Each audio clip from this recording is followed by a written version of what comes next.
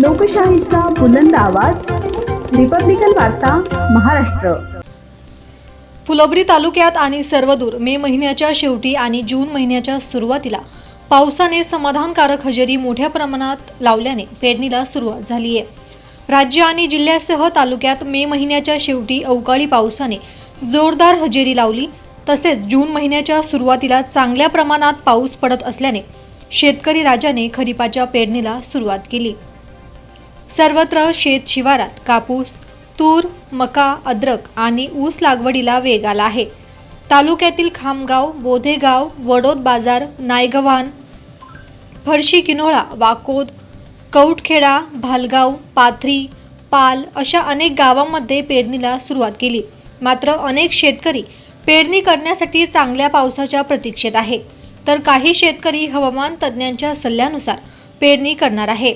सध्या शाळेला सुट्ट्या असल्याने लहान लहान शाळकरी मुले सुद्धा पेरणीसाठी आई-बाबांना मदत करताना दिसत आहे। मागील 5-6 दिवसांपासून विजांच्या कडकडाटासह आणि तुफान वाऱ्यासह पाऊस जोरदार हजेरी लावत आहे। विजांच्या आघातामुळे सिल्लोड तालुक्यात जीवितहानी झाली। मात्र यंदा पावसाळ्याच्या सुरुवातीलाच भूगर्भातील पाणी पातळी वाढल्याने अनेक ठिकाणी पिण्याच्या पाण्याचा प्रश्न सुटला आहे।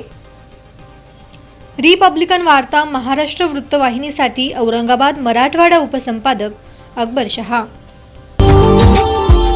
Subscribe now and press the bell icon. Never miss an update.